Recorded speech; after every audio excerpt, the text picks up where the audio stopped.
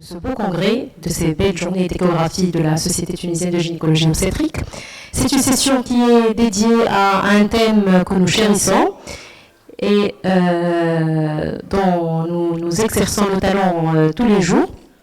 C'est le corps fœtal, elle est dédiée à l'échographie du corps fœtal. On a invité avec nous pour la modération Dr Hilem Saad, qui est notre référent en échographie cardiaque fœtale, donc avec l'exercice. Et donc les différentes sessions qui auront lieu, les différentes conférences. Alors deux conférences qui vont être assurées par Dr Zied Takeli, qui exerce en France et qui va donc nous présenter les anomalies, les astuces donc techniques pour assurer cet examen. Ensuite, on va enchaîner donc comment j'examine le cœur fœtal en live scan. Donc, ça sera une conférence. Et une troisième conférence qui va être assurée par Dr Rania Gargouri, qui exerce à l'hôpital Hedi Chekr à Sfax, pour les anomalies du rythme cardiaque fœtal.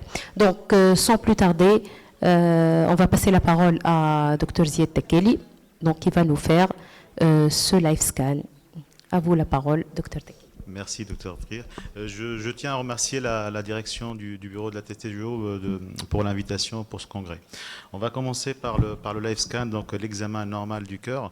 Je vais commencer d'abord par quelques petites généralités qui paraissent simples, mais qui vous facilitent vraiment la vie. Je vais commencer par l'ergonomie. Avant de commencer le cœur fœtal, c'est l'ergonomie. C'est-à-dire, quand on fait l'échographie, il faut vraiment être à l'aise. C'est-à-dire, il faut être bien assis, l'écran bien en face, l'angle entre l'avant-bras et le bras, il doit être bien droit, et surtout, il n'y a pas un câble qui va traîner ici quelque part. Donc, soit le câble doit être fixé, soit d'être autour du cou, mais l'essentiel, c'est qu'il ne va pas traîner. À chaque fois, on sera obligé de le remettre et ça va nous déconcentrer. Ça, c'est la première chose. Deuxième chose, bien sûr, par rapport au gel aussi, il ne faut pas mettre beaucoup de gel. Il faut vraiment mettre une petite quantité de gel parce que le gel, ça sèche rapidement. Si on met beaucoup, ça va nous gêner dans l'image. Donc, mettre de gel, si ça sèche, en remettre. Ça, c'est la deuxième chose aussi. Et maintenant, on va passer aux réglages. Donc, je sais que la plupart d'entre vous attendent vraiment quels sont les meilleurs réglages pour faire un examen du corps fœtal. Alors, on va commencer.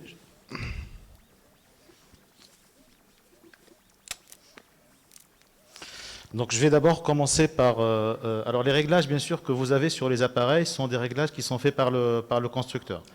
C'est-à-dire que ce n'est pas parce qu'ils vont vous mettre, par exemple, deuxième trimestre ou troisième trimestre en obstétrique qu'il faut utiliser ça uniquement au deuxième ou au troisième trimestre. Moi, ça m'arrive très souvent de faire des échographies au troisième trimestre avec des réglages du premier trimestre. Donc là, on va commencer, je ne sais pas si vous voyez le dashboard avec moi. On va commencer, donc on va utiliser la sonde volumique, la ARA B6. On va se mettre en mode obstétrique et au deuxième trimestre. Ça, c'est la première étape. Hop. Je regarde ici, j'ai une harmonique qui est élevée, j'ai 5 de dynamique et j'ai un angle à 60 degrés. Je ne sais pas si vous voyez le dashboard. Parfait. Donc vous voyez ici, il y a l'harmonique qui est élevée.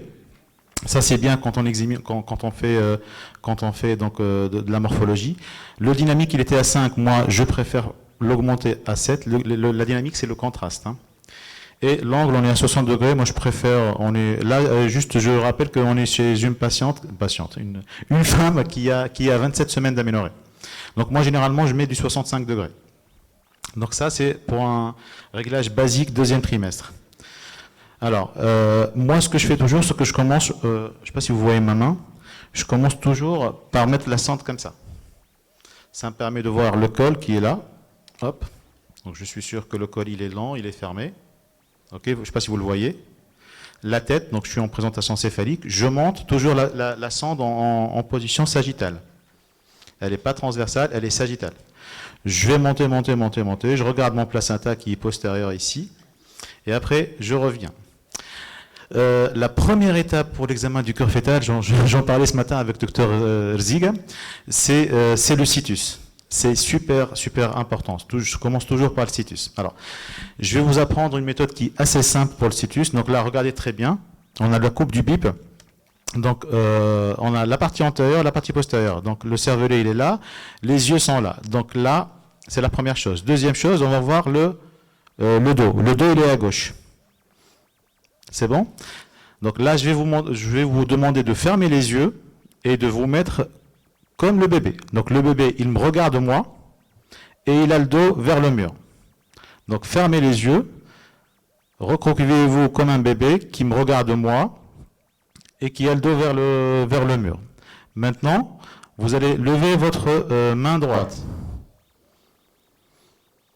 Donc, la main droite qui est en haut, c'est la sonde. Donc, le haut, c'est la droite, le bas, c'est la gauche. Ça, c'est la première chose. Donc, je répète parce que c'est super important. Première chose, voilà. Donc, rien qu'avec cette image, on peut avoir le situs. Donc là, on a le cervelet qui est quelque part ici. Donc, ça, c'est le complexe antérieur. Donc, les yeux sont quelque part là. Le dos, il est à gauche. Donc, on ferme les yeux, on se recroqueville comme un bébé. Qui va me regarder moi du coup, qui va avoir le dos vers le mur. Et on ferme les yeux et on lève la main droite. Donc la main droite qui est en haut, donc ça c'est le haut, la sonde c'est le haut, et le plus profond c'est le bas. Donc la main droite est en haut, donc le haut il est à droite. Donc si je vois une main ici, donc c'est les doigts là, on voit quelques doigts ici, je ne sais pas si vous les voyez. Donc ça c'est la main droite. Ok? Donc après, on va passer, hop, sur l'abdomen. Alors, le situs, il y a le situs abdominal et le situs thoracique. Donc, le situs abdominal, c'est très très simple. Hop, là, je vais faire une magnificence de l'image et je me mets sur cette image. Donc, on a dit la droite, elle est en haut et la gauche, elle est en bas. Alors, on avait l'habitude de mettre donc de se reconnaître en situs avec l'estomac. Vous regardez toujours l'estomac bien sûr, mais je vous invite surtout à regarder la position de l'aorte abdominale et la veine cave dans leur position sous-diaphragmatique. Ça, c'est un signe qui est infaillible. Parce que dans des cas extrêmement compliqués d'isomérisme, l'estomac peut être à droite, à gauche, voire même au milieu. Mais par contre, le situs, le moyen le plus fiable, c'est la position de l'aorte abdominale et de la veine cave supérieure dans leur partie sous-diaphragmatique. Donc on est très bien. Donc là, on a le rachis. Donc la ligne, elle est là. Donc c'est la bissectrice donc, de l'abdomen. Donc là, c'est la droite, c'est la gauche. L'aorte abdominale, elle est bien à gauche. Et la veine cave supérieure, la veine cave inférieure, pardon, elle est à droite. Donc ça, c'est les situs abdominal. Bien sûr, le reste, c'est l'estomac qui est à gauche, la veine ombilicale et les sinus portes qui sont à droite, et la vésicule biliaire qui est à droite aussi. OK? Donc ça, c'est le situs. Super important. Donc le fœtus, comment il regarde? Donc la première chose, c'est la latéralité, donc droite-gauche. On se met à la place du fœtus, on ferme les yeux et on lève la main droite. Et on va voir donc la droite qui est en haut, la gauche qui est en bas. Je monte sur la partie haute de l'abdomen. Donc l'aorte, elle est à gauche. La veine cave, elle est à droite. Et donc le reste, on a l'estomac et la rate qui sont à gauche. La veine ombilicale qui se jette dans le sinus porte qui est à droite. Et la vésicule biliaire qui est à droite aussi. Après, regardez bien ma main. Hop. Donc je vais faire une petite translation. Donc là, c'est le situs abdominal, c'est le situs viscéral. Et on va passer au situs thoracique. Donc on voit très bien que le cœur, il est dans la partie gauche de l'abdomen, que sa pointe, elle est vers la gauche. Et donc là, on est... Docteur Taeli, oui. pouvez-vous nous montrer l'œsophage? Alors, l'œsophage, ici, normalement, il y a un point blanc là. Voilà. C'est ce petit point blanc parce qu'il est fermé. Alors, on pourra bien sûr le voir en coupe plutôt sagittale. Pardon, excusez-moi. Hop. C'est pas toujours simple en coupe sagittale, mais quand il est... Oh, pardon.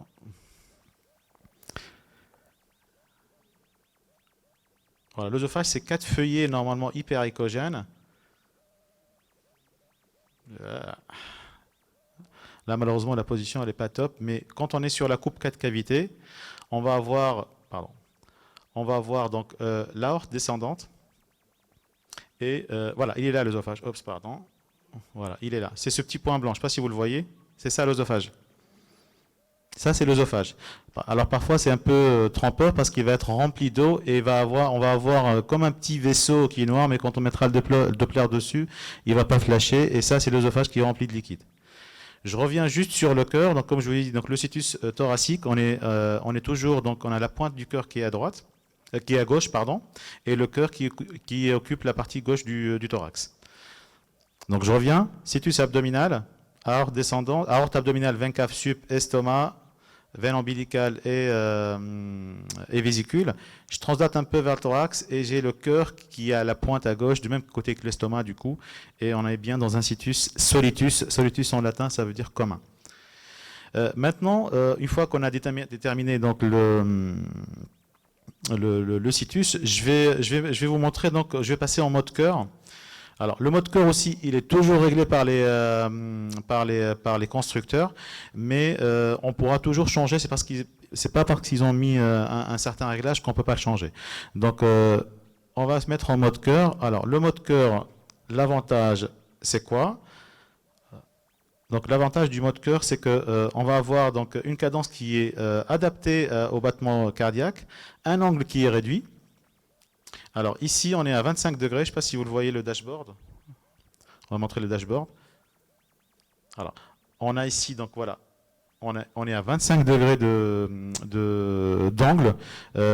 Bien sûr, on pourra le changer. Par exemple, généralement, au troisième trimestre, je mets du 30 degrés. Et au premier trimestre, je peux mettre 10-15 degrés. Alors on a déjà préfait les réglages, donc je vous montre juste ce que moi j'utilise. Donc ce que j'utilise, c'est que j'utilise un angle à 25 degrés généralement au deuxième trimestre. Je mets une dynamique qui est élevée, donc là on est à 9, donc le contraste il est à 9, et je mets une harmonique qui est basse. Je ne sais pas si vous voyez l'harmonique aussi, elle est basse. On pourra bien sûr l'augmenter, mais moi je préfère toujours travailler avec une harmonique basse. Alors, les tirs croisés, donc CRI et SRI, généralement, parfois j'enlève un, j'augmente l'autre. C'est une petite sauce, mais généralement, je les règle à 3 pour les deux. Je ne sais pas si vous les voyez. Donc, le SRI et le CRI. Alors, le CRI, ce sont les tirs croisés. Le SRI, c'est le Speckle Reduction Imaging. Ça permet un peu de lisser l'image. Je les mets généralement 3 pour tous les deux. Donc, ça, ce sont mes réglages cœur. Angle à 25, dynamique à 9, une harmonique basse, et des CRI, SRI à 3. C'est bon? C'est bon? Parfait. Alors, on va commencer donc par l'analyse du cœur. Donc là, on va passer donc avec la coupe historique qui est la coupe 4 cavités. Alors, la coupe 4 cavités, il y a plusieurs abords de cette coupe. Alors, ici, par exemple, on a un abord basal. Ça veut dire quoi, basal? Ça veut dire que les ultrasons, ils vont passer par la base du cœur. Le bébé, il bouge un peu.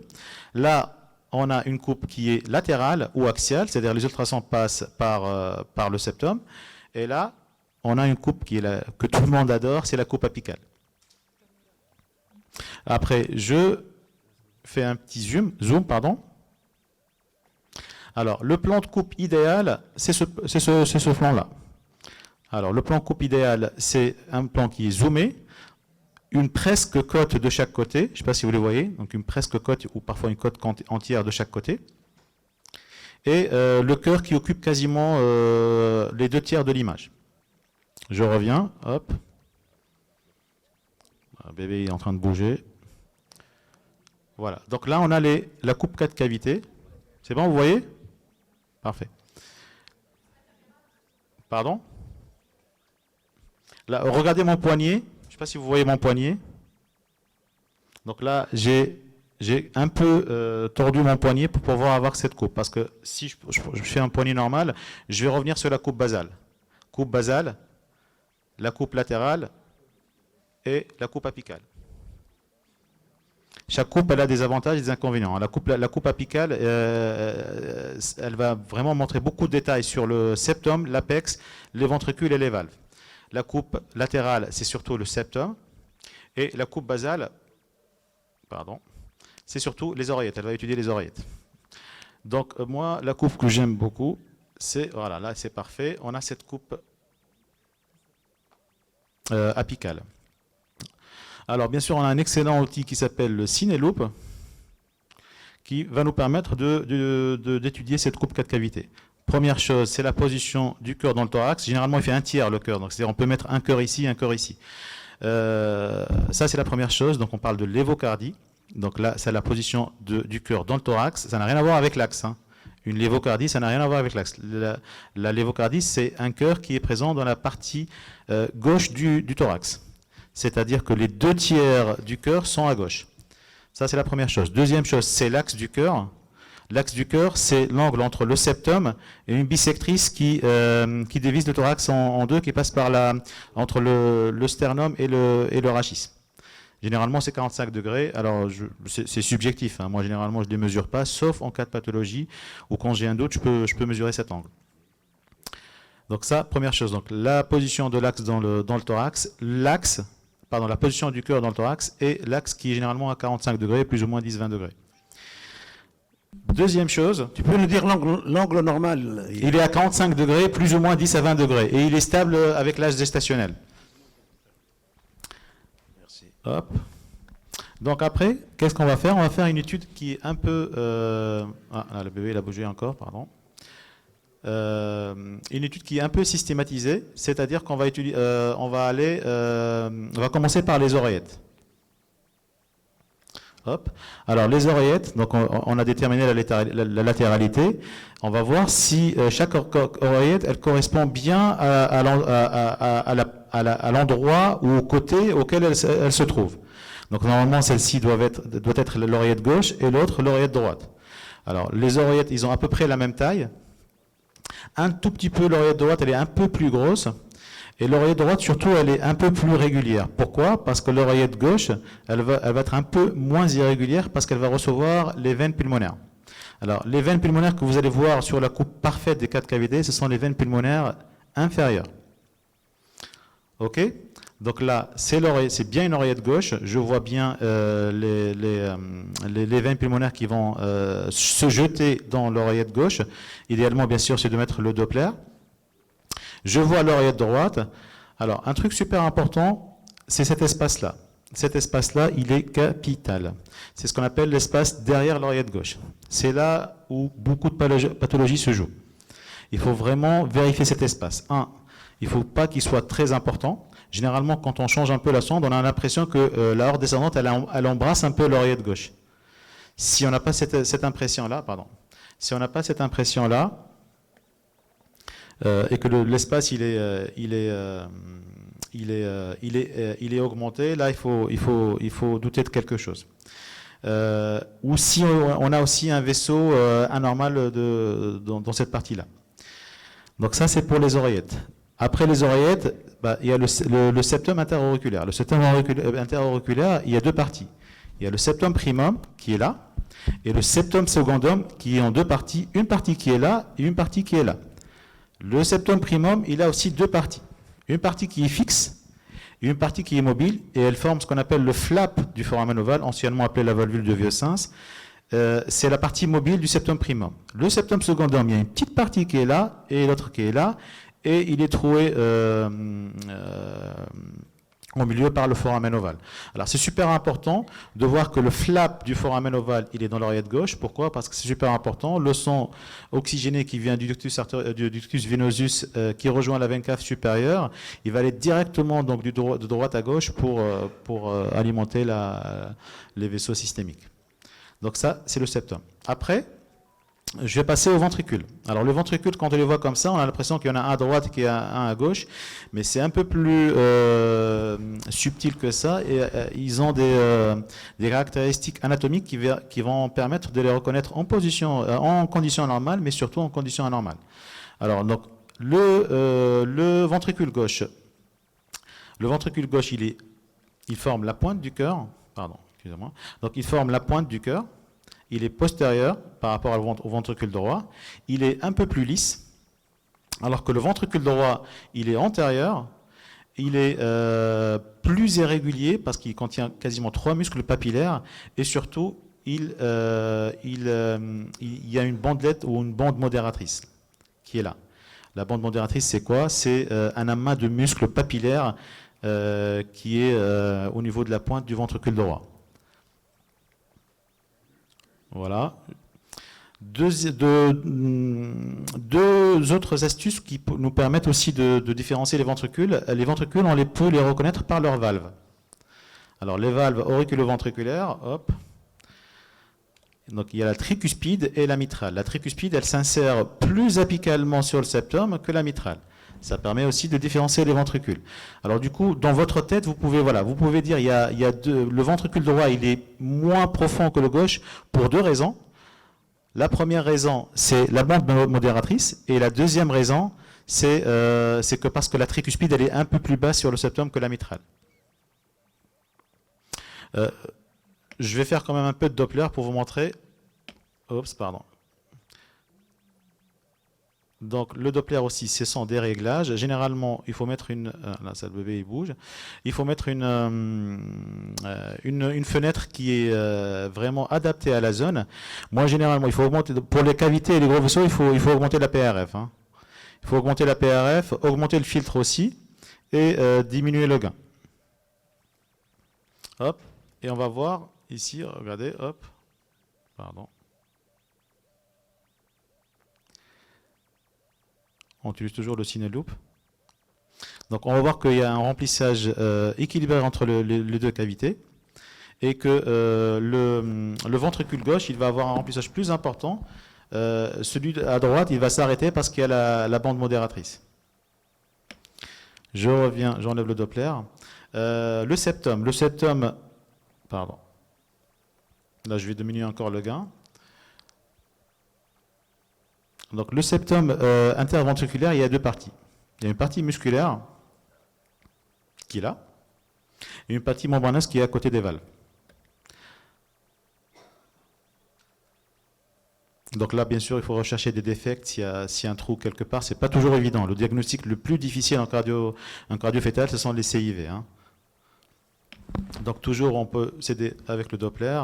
Vous voyez très bien donc le Doppler, le septum, on le voit très bien. Bien sûr, si vous allez avoir de mauvais réglages, vous allez avoir des CIV tout le temps. Il faut vraiment essayer de faire le réglage du Doppler comme je vous ai dit. Donc, pour les vaisseaux, le gros vaisseau et les cavités, PRF élevé, gain faible et filtre élevé. S'il vous plaît, Oui, pour le septum interventriculaire, oui, dans sa partie musculaire, oui. elle est mieux étudiée en short axis. Exactement. Alors, c'est surtout, donc, comme je vous ai dit tout à l'heure, donc, sur la coupe 4 cavités, c'est l'abord latéral. L'abord latéral qui est là. Hop. L'abord latéral, il va nous montrer de façon plus évidente le septum. On va voir les septums. Et surtout, on va voir aussi un truc super important qui différencie les deux ventricules. Attendez, hop. C'est qu'il y a quelques piliers de la tricuspide qui vont s'insérer directement sur le septum. Je ne sais pas si vous le voyez ici. Un truc qui n'existe pas dans le ventricule gauche. Le ventricule gauche, il n'y a aucun cordage qui s'insère sur le bord libre du septum. Alors que dans le ventricule droit, une caractéristique importante, c'est qu'il y a quelques piliers qui vont, je ne sais pas si vous les voyez ici, qui vont s'insérer sur le septum. Je reviens encore. Attendez, hop. Donc on a parlé des septums, des valves. Qu'est-ce qui reste encore La paroi, l'épaisseur du septum musculaire et celui de la paroi ventriculaire droite et gauche. Ouais. C'est pareil. C'est-à-dire La paroi ventriculaire, ouais. l'épaisseur de la paroi ventriculaire gauche et droite est égale à l'épaisseur du septum musculaire. Bon, alors moi, franchement, je mesure pas l'épaisseur. Je visualise généralement subjectivement. L'épaisseur. Subjectivement, j'évalue subjectivement le septum et les parois. Je mets mon Doppler avec un bon réglage. Je vais voir globalement qu'il n'y a pas de CIV, que le sang est bien pompé dans les deux ventricules, que le remplissage couleur il va aller plus loin dans le VG que dans le VD parce qu'il y a une bandette modératrice ici. Et a priori, normalement, avec ça, on devrait s'en sortir. D'ailleurs, il faut vraiment essayer d'évaluer aussi en dernier lieu la contractilité du cœur et l'absence d'un épanchement péricardique. Alors, si on va passer donc maintenant au gros vaisseau, donc là c'est la coupe 4 cavités, il y a quand même assez de choses à voir. S'il vous plaît, oui. Pouvez-vous nous montrer le sinus coronaire? Alors, le sinus coronaire, c'est quoi? Hop. C'est... attendez, hop. Il va passer derrière l'oreillette gauche, dans ce qu'on appelle le groove coronaire, et il va se jeter dans l'oreillette droite. Alors, c'est pas toujours évident, surtout quand il n'est pas dilaté. On va essayer, hop.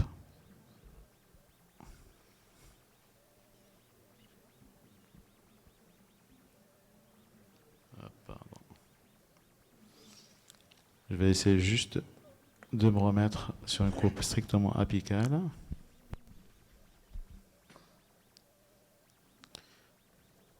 Le bébé il a bougé encore. Pardon.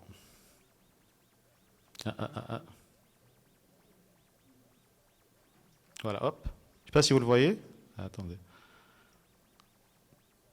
C'est bon, vous le voyez? C'est ça. Ça, c'est le sinus coronaire. Il est là. Donc, il va passer dans le groove coronaire qui est derrière l'oreillette gauche. Il va se jeter dans l'oreillette droite. Alors, généralement, quand il n'est pas dilaté, c'est un peu difficile à avoir, mais c'est ça, le sinus coronaire.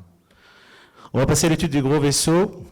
Alors, moi, ce que je fais, c'est que je pars de la coupe 4 cavités. Regardez ma main, comment elle va faire après. Je tourne un peu. Vous voyez ma main? J'étais comme ça. Le bébé est en train un peu de faire la Java. Vous voyez ma main?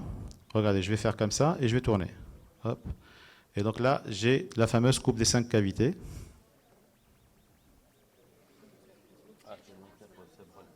Donc la coupe des 5 cavités, c'est ça. Ah, je vais refaire le geste. Ok, ça marche. Regardez très bien. Hop. Donc je suis sur la coupe 4 cavités.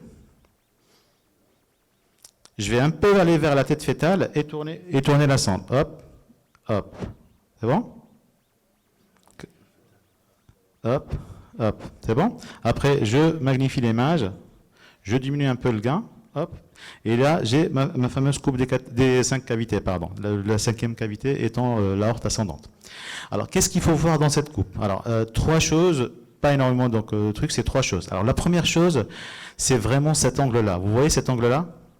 Cet angle-là, il est capital. C'est l'angle entre le septum interventriculaire et le mur antérieur de l'aorte. Cet angle, il faut vraiment qu'il soit obtus. Il faut vraiment toujours faire des efforts pour le dégager. Pourquoi? Parce que s'il est rompu ou que les deux structures sont parallèles, ça va être le point d'entrée dans des pathologies conotroncales. Donc ça, c'est la première chose, c'est cet angle-là. Hop, je vous remontre. Vous le voyez, l'angle? Il est là. Donc c'est l'angle entre le septum et le mur antérieur de l'aorte. La deuxième chose, on va mettre le Doppler, bien sûr, comme d'hab. Hop. Je vais diminuer juste un peu le gain. Et donc le Doppler, je frise et je fais le signalope. Le Doppler, c'est quoi l'intérêt? Le Doppler, c'est vraiment d'étudier cette zone-là qui est la zone périmembraneuse. Il faut voir qu'il n'y a pas de sang qui vient donc, du VD vers le VG. Donc il n'y a pas de CIV périmembraneuse. La troisième... Ouais. S'il vous plaît, ouais. Ça c'est la continuité mitro-aortique. Pardon? On vous entend s'il est... C'est la continuité septo-aortique. Ça fait une ligne continue. Ok. Ok. Ok. Je reprends juste le micro. Donc ça, c'est la deuxième chose. La troisième chose pour moi, c'est que ce vaisseau qui sort du ventricule gauche, donc la voie d'éjection gauche, elle ne se divise pas. Donc tout à l'heure, je vous ai demandé de regarder ici. Maintenant, il faut absolument regarder ici, dans cette zone-là. Je ne sais pas si vous voyez le curseur. Ici, la voie d'éjection gauche, elle ne se divise pas. Donc l'aorte, elle ne se divise pas. Elle ne se divise qu'au niveau de l'arche aortique. Contrairement, bien sûr, à l'artère pulmonaire, qui va se diviser rapidement. On va aller rapidement parce que je pense qu'on est un peu pris par le temps. Je reviens toujours sur ma coupe 4 cavités et je vais tourner un peu la sonde pour avoir la fameuse coupe. Alors, avant, quand j'étais résident, je m'attachais vraiment à avoir cette coupe, qui est la coupe des 3 vaisseaux, c'est-à-dire la coupe d'éjection droite. Mais pour moi, elle n'est pas aussi importante que la coupe d'après que je vais vous montrer. Donc la coupe de 3 vaisseaux, on va revenir toujours sur la coupe 4 cavités. Hop, je diminue un peu le gain. Et je vais avoir donc la coupe, voilà, on va avoir la coupe donc d'éjection droite avec les deux vaisseaux, les deux artères pulmonaires, pardon. C'est bon, vous voyez? 4 cavités, je tourne un peu, hop, et j'ai... C'est bon, 4 cavités, je tourne un peu. Vers la tête. C'est bon, vous voyez ma main? Et on a la coupe des 3 vaisseaux. Alors, elle est importante, cette coupe, mais le message d'aujourd'hui, ça va être pas cette coupe, mais la coupe d'après, qui est la fameuse coupe des 3 vaisseaux et de la trachée. C'est vraiment, si vous avez quelque chose à apprendre aujourd'hui, c'est cette coupe-là. Cette coupe-là, elle est capitale. Pour moi, quasiment plus de 90% des cardiopathies congénitales. Cette coupe-là, on part toujours de la coupe 4 cavités, je translate un peu vers la tête fétale et je vais voir la coupe des 3 vaisseaux et de la trachée. Vous la voyez bien? Alors, il faut la commenter, cette coupe. Alors, la checklist de cette coupe, c'est qu'il y a 2 vaisseaux à peu près de taille égale, qui sont donc l'artère pulmonaire et l'aorte, qui vont se continuer par l'isthme aortique et le canal artériel, la veine cave supérieure et la trachée. Ça, c'est la première chose. Ces 2 vaisseaux, ils vont avoir donc un trajet qui va former un petit V, et ce V-là, il est à gauche du rachis. S'il n'est pas à gauche du rachis ou qu'il est anormal, il faut référer. C'est bon, vous voyez? Après, je vais mettre le Doppler, couleur bien sûr, et le flux, il doit être vers le rachis. Le flux doit être vers le rachis. Et généralement, les 2 vaisseaux, ils ont le même flux, le même sens de flux. C'est-à-dire que les 2 vont partir de le rachis. Si le rachis il est postérieur, ça va être en bleu. Si le rachis il est antérieur, ça va être en rouge.